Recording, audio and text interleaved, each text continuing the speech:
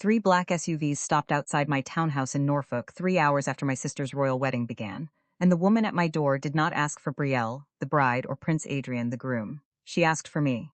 My name is Sloane Harlow, a 46-year-old commander in the United States Navy, and I had not been invited to that wedding because my sister said I did not belong in the room.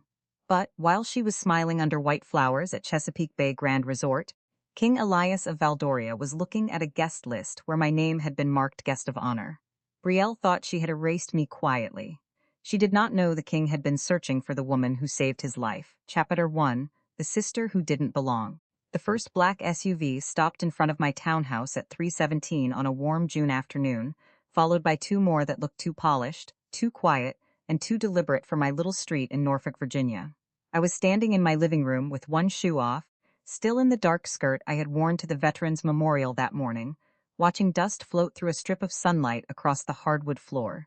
3 hours away, at the Chesapeake Bay Grand Resort, my older sister Brielle Harlow Kent was celebrating the wedding every magazine in her new world wanted to photograph. An American woman from Ohio, marrying Prince Adrian Vallon of Valdoria. A royal love story on American soil, wrapped in white flowers, polished silver, and the kind of music that made ordinary people feel like they were watching history from behind velvet ropes. I was not there. I was not seated beside my parents. I was not in the family portraits. I was not introduced as the bride's sister. I was not hidden in the back row or tucked near the cousins. I had not even been sent an invitation. When the first car door opened, I thought for one foolish second that someone had made a mistake and pulled into the wrong driveway. Then a woman in a dark tailored suit stepped out, followed by a man with a government badge clipped neatly inside his jacket. Two more security officers stayed near the vehicles, scanning the street with professional stillness. My neighbor, Mrs. Grayson, opened her curtain 3 houses down. The woman approached my porch first. She had sharp gray eyes, dark hair pulled into a low knot, and the calm posture of someone who had walked into tense rooms before. The man beside her kept both hands visible. She rang the bell. When I opened the door, she did not look past me into the house. She did not treat me like a civilian who needed to be impressed. She stood straight and said, "Commander Harlow, my name is Nadia Keller. I lead the Royal Security Detail for His Majesty King Elias Vallon." The man beside her lifted his badge slightly and added, "I'm Daniel Reeves, Diplomatic Security Liaison with the State Department. You are not in any trouble, Commander. This is not a legal order. His Majesty is respectfully requesting your presence at the resort." For a moment, I only heard the distant hum of my refrigerator and the faint chirp of cicadas outside. I said, "My sister's wedding is happening there." Nadia nodded once. "Yes, Mom," I asked, "is Brielle all right?" "Yes, my parents, as far as we know, yes." "Then why does a king want to see me?" Neither of them answered quickly enough to make me comfortable. Daniel only said, "He asked for you by name, Commander Harlow. No one in Brielle's new life called me that." To her, I had become a problem to manage, a uniform to crop out, a reminder of something too plain and too real for the story she had spent years building. I told them I needed a moment. I closed the door, not because I thought they were lying, but because 24 years in the Navy had taught me never to move just because someone important expected you to. I called Captain Audrey Pierce at Naval Station Norfolk and gave her the names. Within minutes, she confirmed the request had come through embassy protocol and a State Department channel. I had no obligation to go. I was free to decline. But I stood in the hallway afterward, staring at the Navy dress uniform hanging in the open closet, and I knew I would not decline. To understand why that uniform mattered, you have to understand Brielle. We grew up outside Columbus, Ohio, in a house where money was never dramatic, just constantly measured. My father, Thomas Harlow, worked maintenance for the county school system. My mother, Mary Ann, was a nurse who could come home after a 12-hour shift and still remember which neighbor needed soup, which aunt needed a ride, and which daughter was pretending not to cry. Brielle was 3 years older than me and seemed born looking toward some brighter room. She loved glossy magazines, charity galas, old movies with staircases and chandeliers. She wanted New York before she had ever seen it. She wanted dresses that moved when she walked. She wanted people to turn their heads when she entered. I wanted something different. I wanted structure, purpose, a life where usefulness mattered more than applause. But when we were young, none of that separated us. Brielle was my sister before she was anything else. When boys at school mocked her thrift store coat, I stood between them and her. When our parents argued about bills on the porch, I sat beside her in the dark and pretended not to be scared. When she was 16 and wanted to attend a summer leadership program our family could not afford, I spent that summer mowing lawns, cleaning garages, and washing cars until my hands blistered. I was 13 when I gave her every dollar. She hugged me so hard I could barely breathe and said, "I'll never forget this." I believed her. After September 11th, I joined the United States Navy. I was 22. I thought I knew what service meant. I did not. Not yet. Service became early mornings, missed birthdays, long deployments, hard calls, folded flags, and the quiet knowledge that some people you served beside would never come home. By 2025, I had served 24 years and worn the rank of commander. My uniform was not costume. It was not decoration. It was the weight of every year I had given and every name I still carried. Brielle went to New York and built herself piece by piece. Public relations, event strategy, image work for people rich enough to call privacy a brand problem. There were lean years. Once, she called me crying because she was 3 months behind on rent. I had just received a reenlistment bonus. I wired her the money before she finished explaining. I never asked for it back. Family was not supposed to be a ledger. Then she met Prince Adrian Vallon. He was the second son of King Elias of Valdoria, not the heir, which made their American celebration possible after a private royal ceremony overseas. To Brielle, it was more than love. It was proof. Proof that the girl from Ohio had made it into the room she had always imagined. After their engagement in March of 2024, she changed in small ways first. Every phone call became about guest lists, seating charts, camera angles, approved family photos, controlled interviews. She hired Vanessa Price, a PR manager who spoke about people the way others spoke about lighting, placement, and risk. At dinner in New York, Brielle studied me across a table set with candles and imported glassware and said I should consider not wearing my uniform to any wedding events. I asked her why. She said the media would make my uniform the story. That was the first time I understood. Brielle was not afraid my uniform was wrong. She was afraid it was true. Afraid it would pull attention away from the fairy tale she had polished until it shone.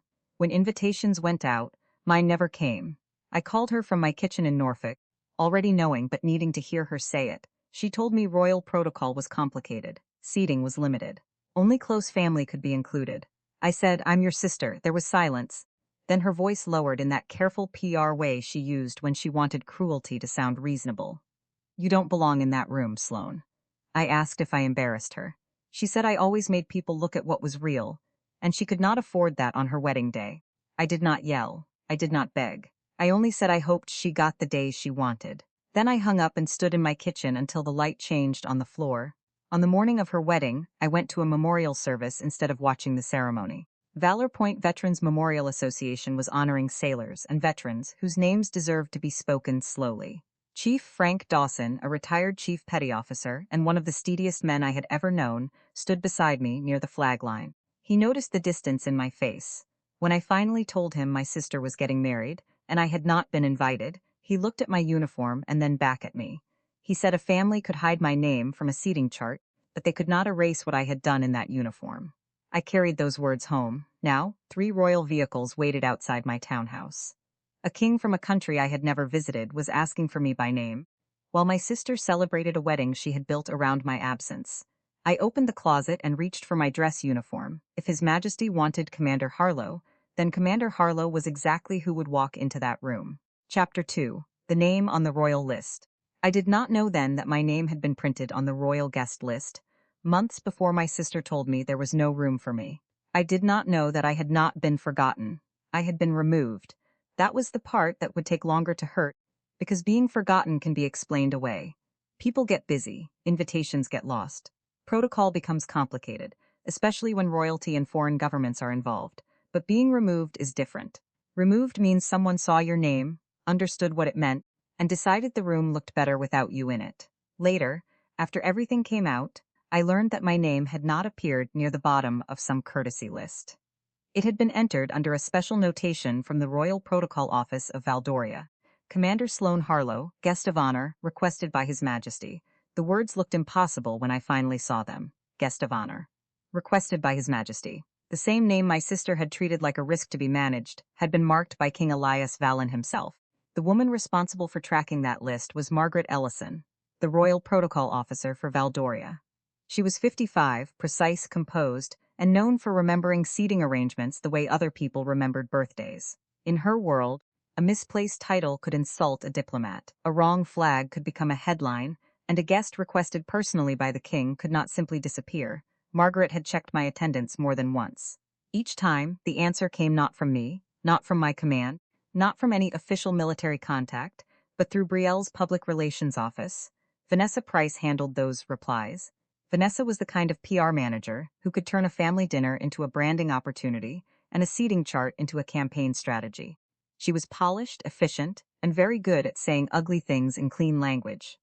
The message she sent back to Royal Protocol said that Commander Harlow respectfully declined public involvement due to military privacy concerns. It sounded reasonable. It even sounded respectful. That was the brilliance of it. No one in Valdoria wanted to pressure an American naval officer into cameras or unwanted attention.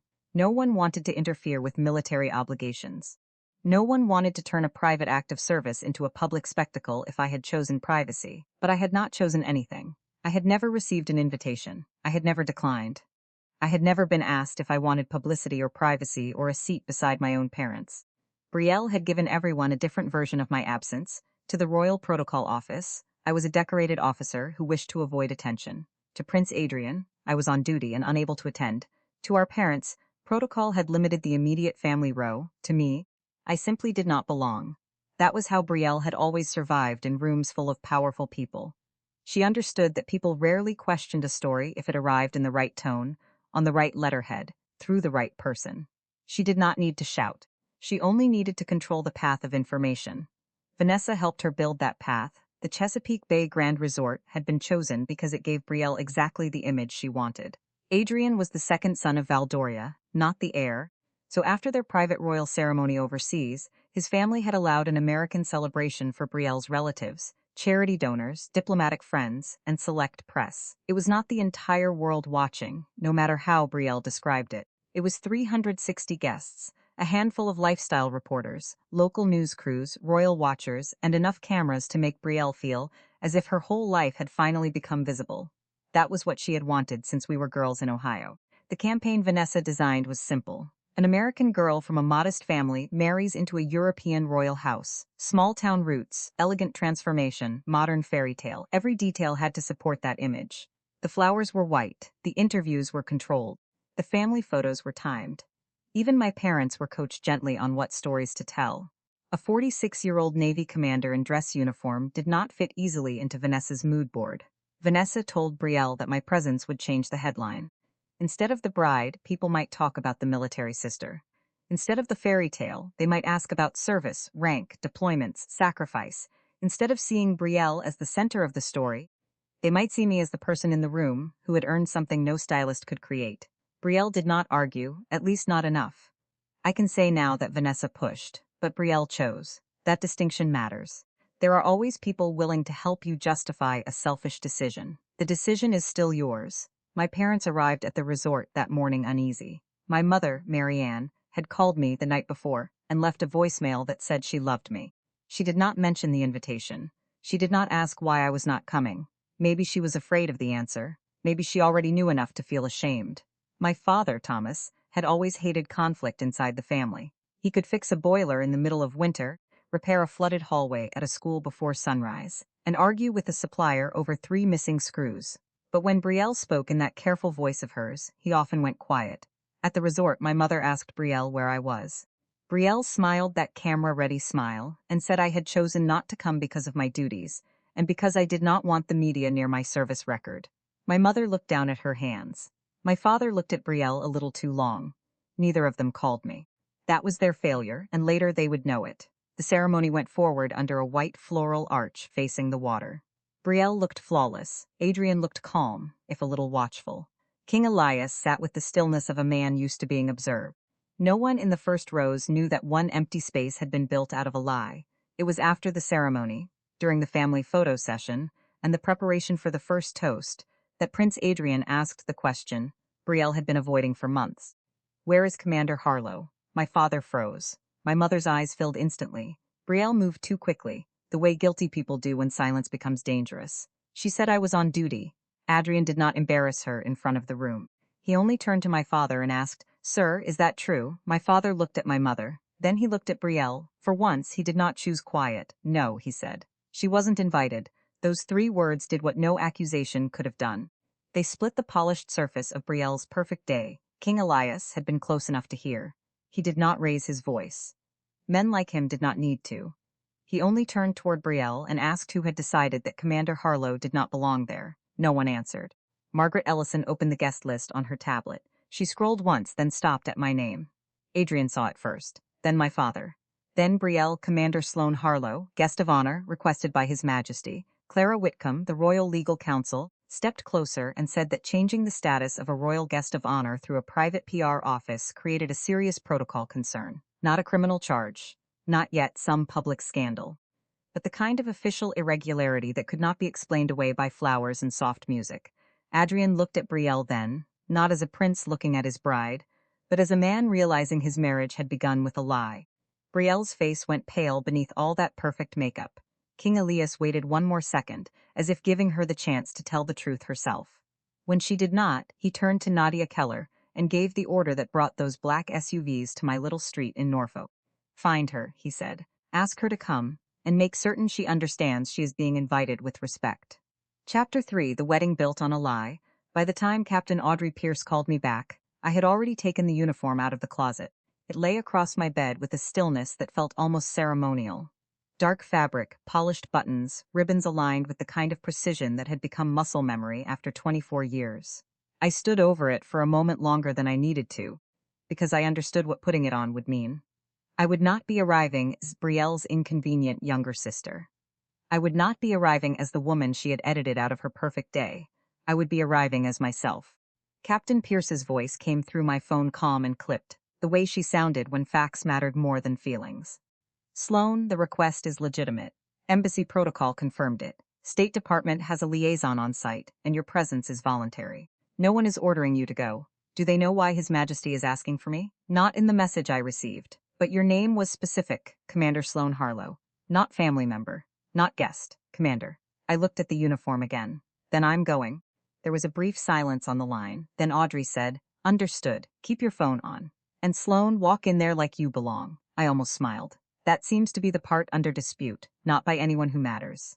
After we hung up, I dressed with the same care I used before inspections, memorials, and military funerals. I fastened every button, checked every ribbon, smoothed the sleeves, and stood before the mirror. The woman looking back at me was not glamorous. She did not belong on a royal mood board. She had faint lines near her eyes, a square jaw, and the kind of tiredness that came from years of sleeping lightly in unfamiliar places. But she was not an embarrassment. Frank Dawson's words came back to me as I adjusted my collar. "Don't take off your dignity to make someone else comfortable." Outside, Mrs. Helen Grayson stood half hidden behind her screen door, pretending not to stare. When I stepped onto the porch, she lifted one hand in a small, bewildered wave. "Everything all right, Commander?" I looked at the 3 black SUVs waiting at the curb, then back at her. "I'm about to find out." Nadia Keller opened the rear door of the middle vehicle. Daniel Reeves gave me a respectful nod as I climbed in. No one touched my arm, no one rushed me. That mattered more than they probably knew. As we pulled away from my townhouse, Norfolk slid past the windows in familiar pieces. Brick homes, crepe myrtles, a man mowing his lawn, kids riding bikes in the kind of summer heat that made the street shimmer. It was ordinary, almost painfully ordinary, and that made the whole thing feel stranger. For several minutes, I said nothing. Then I asked, "Is my sister safe?" Nadia turned slightly from the front passenger seat. "Yes, Mom. My parents. They are at the resort. They are safe." "Then why does King Elias need to see me?" Her eyes met mine in the rearview mirror, but her answer stayed careful. "His Majesty wants to tell you himself." Daniel added, "We were instructed not to speculate." I leaned back against the leather seat and watched the highway open ahead of us.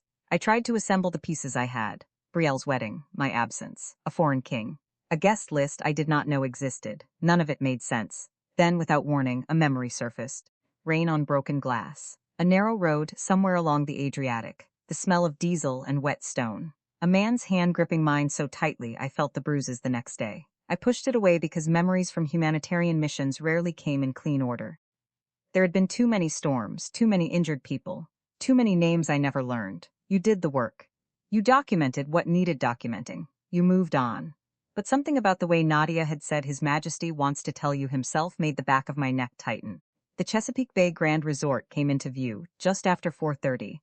It sat along the water like a promise made in marble and glass, white tents spread across the lawn, flowers climbing over archways, flags moving gently in the bay breeze.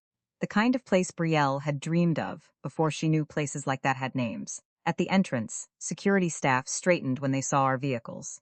Beyond them, guests in pale dresses and dark suits stood with champagne glasses under strings of lights. Music drifted from the reception lawn. Cameras rested on tripods near a roped-off press area. It was not the whole world watching, but it was enough of the world for Brielle. When Nadia opened my door, the first thing I noticed was the quiet, not complete silence. The music still played, glasses still clinked, but the conversations closest to us thinned, then stopped, then rippled outward. I stepped onto the stone drive in my navy dress uniform. A woman near the entrance whispered something to her husband. A man with a camera lowered it, then raised it again. Senator Ruth Caldwell, whose face I recognized from Virginia News, turned and looked directly at my ribbons. Her expression changed from curiosity to recognition. Near the press rope, a producer I would later learn, was Marcus Bell lifted 2 fingers toward his cameraman. "Stay on her," he murmured. I saw my mother first. Marian Harlow stood near a white column, with one hand pressed to her mouth. Her eyes filled so quickly it hurt to look at her. My father stood beside her, rigid and pale, as if someone had finally handed him the consequence of his silence. They had not known I was coming. That helped and wounded me at the same time. Then I saw Brielle. My sister stood near the reception entrance in a wedding gown that looked like it had been designed to catch every possible version of light. Lace, silk, pearls at her sleeves, a veil pinned into hair swept so perfectly it seemed untouchable. She was beautiful. She had always known how to be beautiful. But her face had gone bloodless. For one second, we were not middle-aged women standing in the middle of a royal celebration. We were 2 girls in Ohio again, one of us wanting to be seen, the other not understanding that being trusted could feel like stealing attention. Nadia said quietly, "This way, Commander."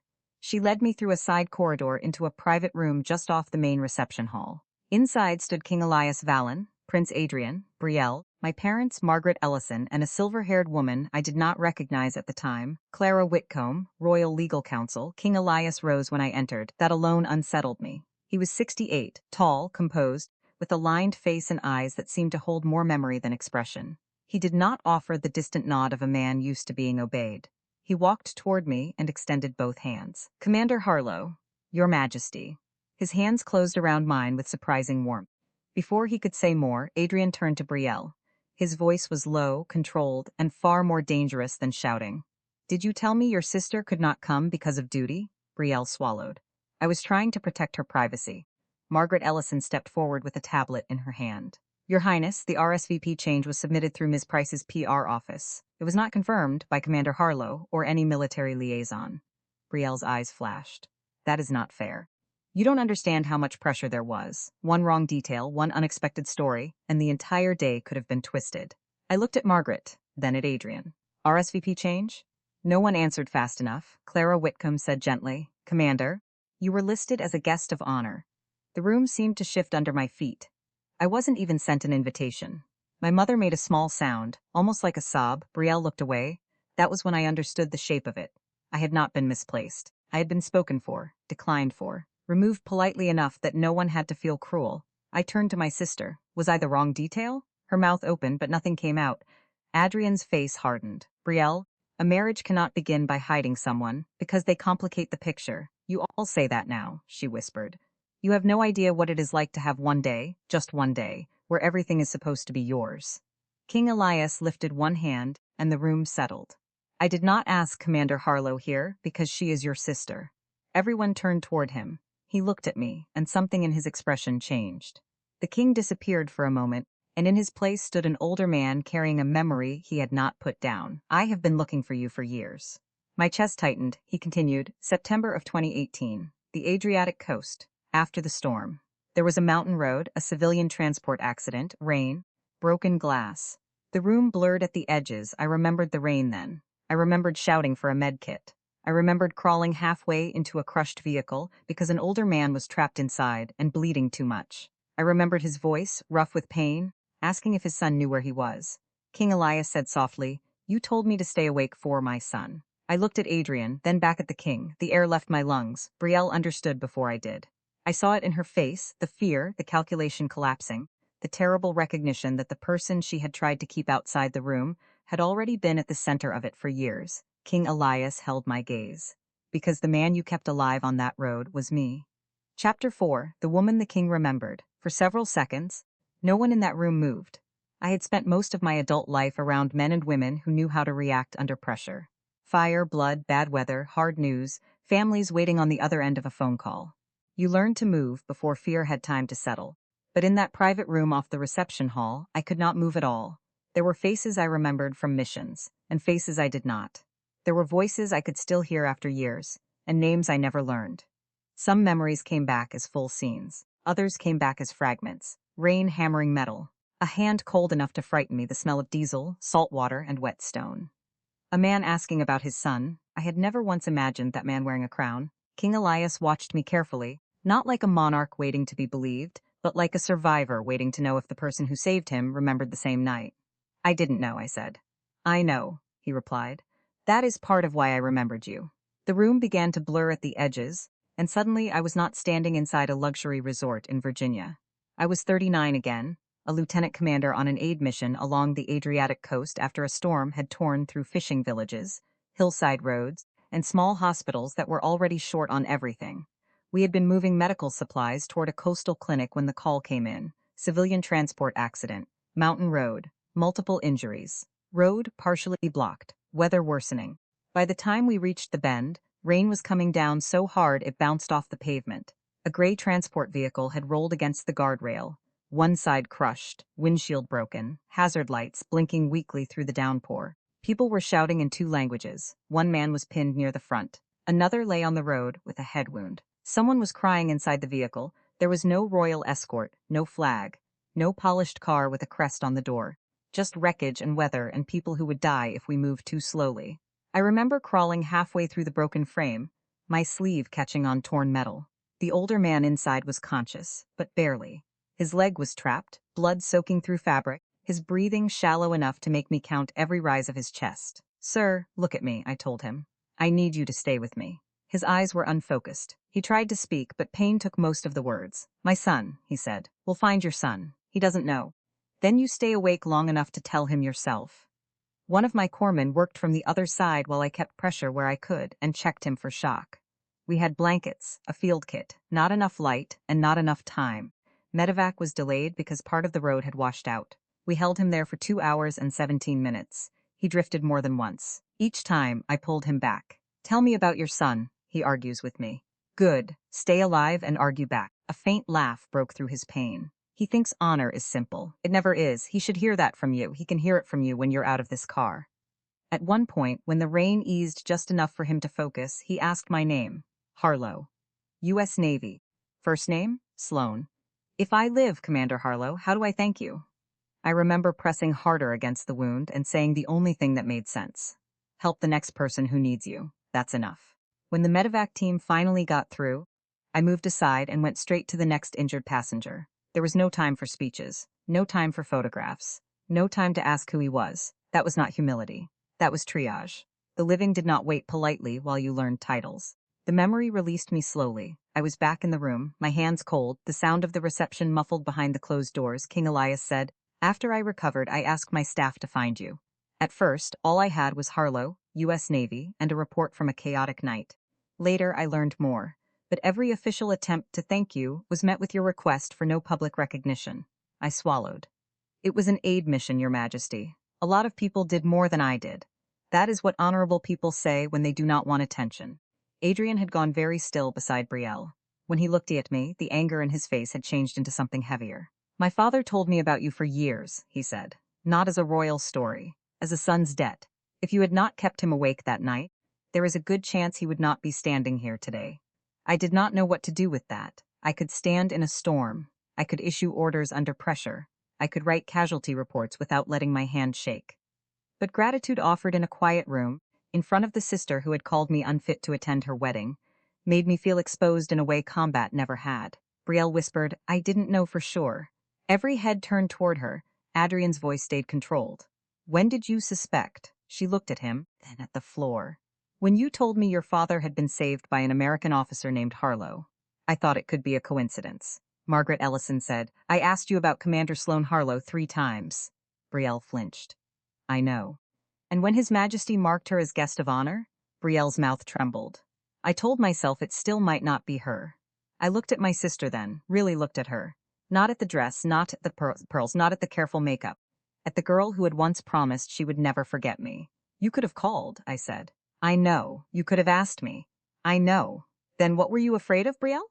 That I would embarrass you? Her eyes finally lifted to mine, wet and furious and ashamed all at once. No, she said. I was afraid they would respect you more than they loved me. The words landed harder than any insult, because there it was. Not the polished excuse, not the protocol, not the media. The truth. Brielle pressed a hand against the front of her wedding dress as if she could hold herself together by force. All my life, people trusted you. Mom trusted you. Dad trusted you. Teachers, neighbors, officers, strangers. You never had to perform for it. You just walked into a room, and people believed you mattered. I said nothing. She gave a broken laugh. Do you know what that feels like? Standing next to someone who never seems to need applause, and still gets something better than applause? Brielle, my mother whispered. No, Mom, let me say it. She looked back at me. I wanted one day where people looked at me first. One day where I wasn't your older sister who tried too hard while Sloane did the right thing without trying. I thought of the summer I mowed lawns for her, the rent money, the porch in Ohio, all the years I had mistaken silence for peace. You made me your competition, I said, and never told me I was in the race. My father's face crumpled. Sloane, I should have called you. Yes, I said, and my voice surprised me with how steady it was. You should have. My mother began to cry. I'm sorry. I was afraid of ruining her day. I looked at both of them. You all had a chance to ask me. None of you did. No one argued with that. Clara Whitcomb cleared her throat softly. The RSVP alteration and the use of military privacy as an explanation will need to be formally reviewed by the Royal Office after the event. Brielle closed her eyes. Margaret added, the official record will have to be corrected. It was not a courtroom. No one was being arrested. But the consequences were real. Brielle's perfect version of the day had acquired a crack that protocol, PR, and expensive flowers could not cover. King Elias turned to me. I will not turn my son's wedding into a punishment, he said. But your absence was made public by a lie. Your honor should not be restored in private. I knew what he was asking before he said it. I don't want to humiliate her, I said. Nor do I. I intend to speak of service, humility, and gratitude. I will not call your sister a liar before her guests. But I will not let this room continue under the belief that you were absent because you did not matter. Adrian looked at Brielle then, and his voice softened without losing its edge. After the toast, you and I are going to talk about what honesty means in a marriage. Brielle nodded once, tears slipping down her face. I wanted to say no. I wanted to leave. I wanted to go back to Norfolk, hang up my uniform, and let all of them deal with the wreckage they had made. But Frank Dawson's words returned again. They could hide my name from a seating chart. They could not erase what I had done in that uniform. I looked at King Elias. Tell the truth, I said, but don't make cruelty out of it. His expression softened. Commander, this time, please let an old man thank you properly. Then he opened the door and the sound of the reception rushed in. Chapter 5. The Toast That Changed the Wedding. The reception did not stop all at once. It changed in layers. First, the laughter closest to the hallway faded. Then the string quartet lost its place for half a breath. Then the people near the head table noticed King Elias stepping forward earlier than planned, with Prince Adrian beside him and Brielle following a few paces behind, her face too pale for a bride under that much summer light. Vanessa Price moved quickly near the press rope, one hand raised in a small frantic signal to the camera crew. I saw Marcus Bell glance at her, then at me, then back at his cameraman. Whatever story Vanessa thought she was still managing, he already knew it had slipped out of her hands. I stood near the side of the pavilion in my navy dress uniform, feeling the eyes before I could count them. 360 guests, white flowers, champagne glasses, diplomatic smiles, family friends from Ohio who had not seen me in years, and strangers who had no idea why a naval officer had just walked into the middle of a royal wedding celebration. King Elias lifted his glass, but he did not smile for the cameras. He thanked everyone for coming to Chesapeake Bay to celebrate Adrian and Brielle after their private ceremony in Valdoria. His voice was calm, formal, almost gentle. If anyone expected anger, he did not give it to them. That restraint made the room listen harder. Then he spoke about honor. He said some people were born into titles, and some people lived in a way that made titles unnecessary.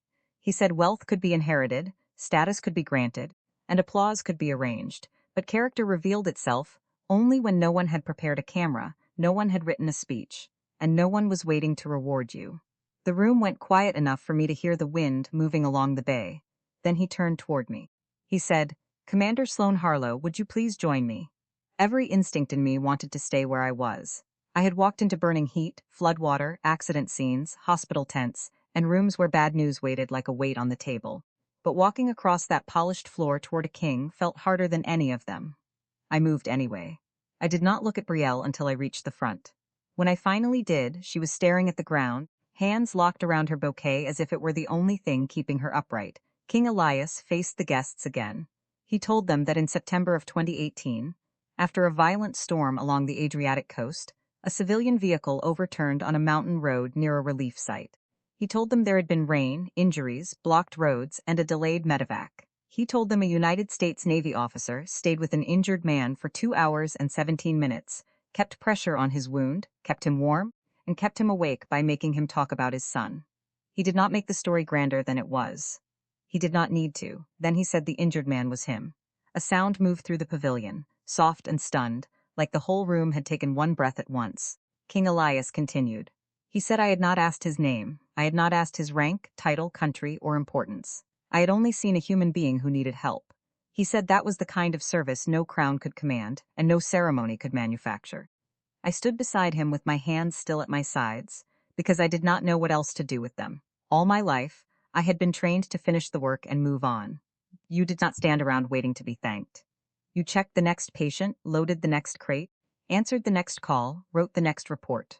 You kept going because the world did not pause just because you had done the right thing, but that room paused. Prince Adrian stepped forward then. His voice was not royal, it was personal.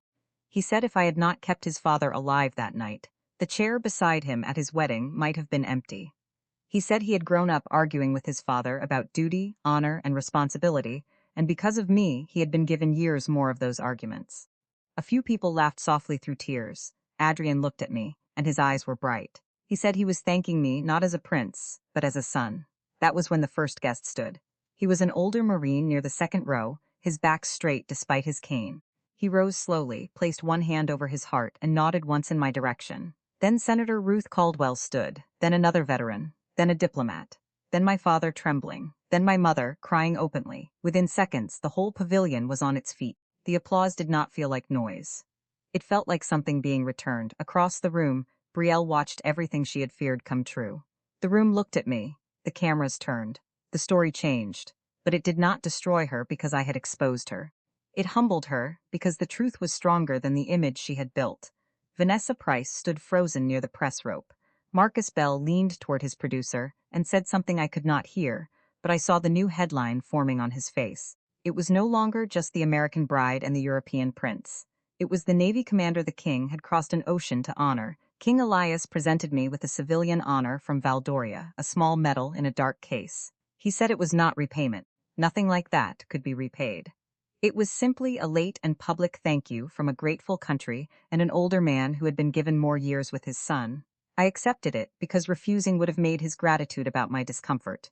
Afterward, when the music resumed and the guests began speaking again in hushed, excited voices, I stepped out onto a balcony overlooking the bay. The water was turning gold under the late afternoon sun. Behind me, the reception continued, but for the first time that day, I did not feel outside of it. Brielle came to the balcony a few minutes later. She still wore the dress, the pearls, the perfect veil, but none of it protected her now. She looked like my sister again. Not a princess, not a brand, just Brielle, afraid and ashamed. She stood beside me for a while before she spoke. She said she was sorry for not sending the invitation, sorry for using military privacy as a lie, sorry for telling Adrian I was on duty, telling our parents' protocol had limited the seats, and telling me I did not belong. I did not make it easy for her by answering quickly. She wiped her face with the heel of her hand, careful not to smear what was left of her makeup. She said she was sorry for Vanessa, for the image, for turning our family into a campaign. She said she was sorry for forgetting the girl who mowed lawns all summer so she could go to that leadership program. Sorry for forgetting the sister who wired rent money when New York almost swallowed her whole. Sorry for forgetting every time I had stood between her and something that hurt. Then her voice broke. She said she had told me she would never forget, but she did. I looked out over the water because looking at her made the ache too sharp. I told her I could forgive her, but I could not pretend she had not known what she was doing. She nodded. I told her trust did not come back because of one apology in a wedding dress. If she wanted to be my sister again, she would have to do it after the cameras were gone, after the flowers died, after nobody was applauding either one of us. Brielle said she understood. Then she said the things she should have said years ago. She said she had spent her life chasing admiration, while I had earned respect without chasing anything at all. She said she did not hate me because I was less than her. She had resented me because I had something she could not fake. Behind us, Adrian appeared at the balcony door. He did not interrupt right away. When he finally stepped out, he told Brielle they were postponing the honeymoon for a few days. Not as punishment for the guests to gossip about, but because a marriage could not begin by pretending a lie had not happened. They needed to start again with the truth. Brielle accepted it without argument. The consequences came quietly after that, but they came. Clara Whitcomb required a formal explanation for the false RSVP change. Vanessa Price was removed from any role connected to Valdorian Royal Communications. The official record was corrected. My parents called me the following week, not to excuse themselves, but to admit they had chosen silence when they should have chosen me. I went back to Norfolk. I did not become famous. I did not leave the Navy to chase attention. The medal from Valdoria sat on the small desk in my townhouse, not as a trophy, but as proof that some truths take years to be spoken aloud. 3 weeks later, Brielle called me without Vanessa, without protocol, without anyone listening. She asked if I was free on Sunday. She said she wanted to come to Norfolk. Just her. I looked at my uniform hanging in the closet, pressed and ready, the same uniform she had once tried to keep out of the room. Then I told her we could start with coffee. That was not the same as saying everything was healed. It was only a beginning. But sometimes a beginning is what justice leaves behind when the anger has done its work. My sister tried to hide me from the most important room of her life. In the end, that room stood up for me. So tell me, do you think I was right to forgive Brielle, or did she get off too easily? And if your own sister told you that you did not belong at her wedding, would you have walked into that room when the truth finally called your name?